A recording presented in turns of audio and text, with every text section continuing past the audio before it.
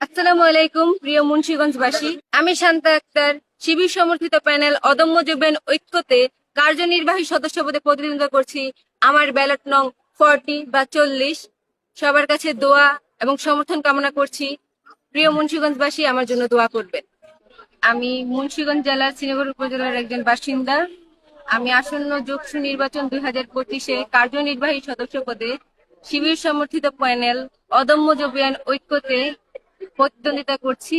আপনাদের সবার কাছে দোয়া এবং সমর্থন কামনা করি। জগন্নাথ বিশ্ববিদ্যালয় এমন একটি বিশ্ববিদ্যালয় যেখানে শিক্ষার্থীরা প্রাণ অনেক ধরনের স্বপ্ন নিয়ে আসলে এখানে ঢোকার পরে নানা ধরনের বৈষম্য এবং শিক্ষার পরিবেশ, লেখাপড়ার পরিবেশে কিন্তু আমরা একটা আসার পরে আমাদের স্বপ্ন কিন্তু ভঙ্গ হয়ে যায়। এই যে জগন্নাথ বিশ্ববিদ্যালয়ের শিক্ষার্থীদের এত সাফারিং, এই যে বৈষম্য, আমি নিজেও ব্যক্তিগত জায়গা থেকে দেখে দেখে কিন্তু এই পর্যন্ত এখন আমি 3য় বর্ষের শিক্ষার্থী।